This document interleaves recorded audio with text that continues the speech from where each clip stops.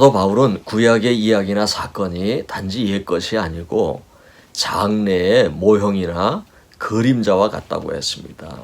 그리고 다른 곳에서는 오늘 우리를 비춰주는 거울과 같다 그렇게 말씀했습니다. 그렇다면 매일매일 영적 전투의 삶을 살아가고 있는 오늘 우리 그리스도인들에게 여리고성 전투는 어떤 빛을 비추어주고 있는 것일까요? 여호수아가 6장 10절에서 이렇게 작전 명령을 내립니다. 너희는 언약궤를 따라서 제사장들이 나팔을 불고 나아갈 때 그 뒤를 따라 행진하라.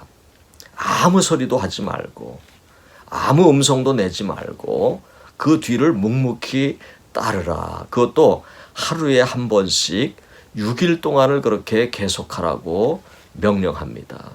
그리고 10절에 보니까 그리하다가 일곱째 날 내가 너희들에게 명령하면 그때 너희들은 외치라. 7바퀴를 돌고 여호수아가 명령하는 그 순간에 이제는 입을 열어서 큰 소리로 외치라. 그렇게 말씀한 겁니다.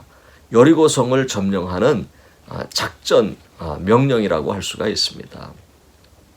자, 그러면 6일 동안 여리고성을 멀리 한 바퀴씩 도는 그 이스라엘 백성들의 모습을 한번 생각해 보시길 바랍니다. 좀 우스꽝스럽기도 하고요.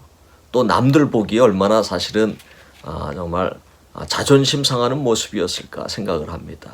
그리고 그 대열을 따라갔던 이스라엘 백성들 하나하나도 그 의미와 목적을 잘 알지 못했을 거예요. 그래서 자칫 그 대열을 따르면서 불평할 수도 있고 원망할 수도 있었을 것입니다.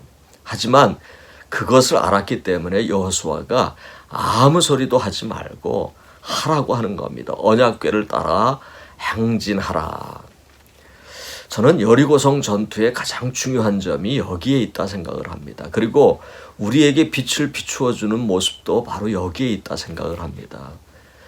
우리가 살아가는 매일매일의 삶도 사실은 어떻게 보면 의미와 목적을 제대로 찾지 못하고 이 일을 왜 하는지, 이 일을 계속한다고 해서 어떤 보람이 있을 것인지, 또 신앙생활도 마찬가지입니다. 매일매일 반복하는 것 같고 의미가 없는 것 같은 그런 생각을 가질 때가 참 많이 있습니다.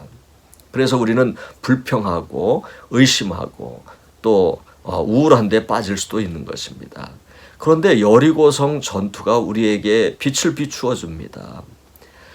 언약궤를 따라 행진했던 이스라엘 백성들처럼 하나님의 언약의 말씀을 따라서 하루하루를 우리가 따라 나아가는 삶, 그것이 전투에서 이기는 삶이 될 것이라고 하는 것입니다.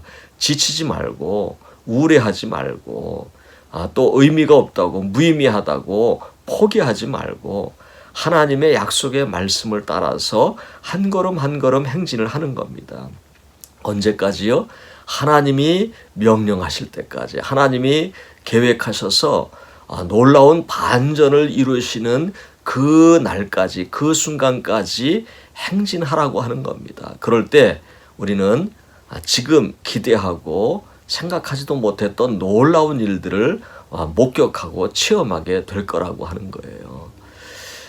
오늘 우리 자신에게 물음을 던져봅니다. 나는 묵묵히 여리고성을 돌고 있습니까?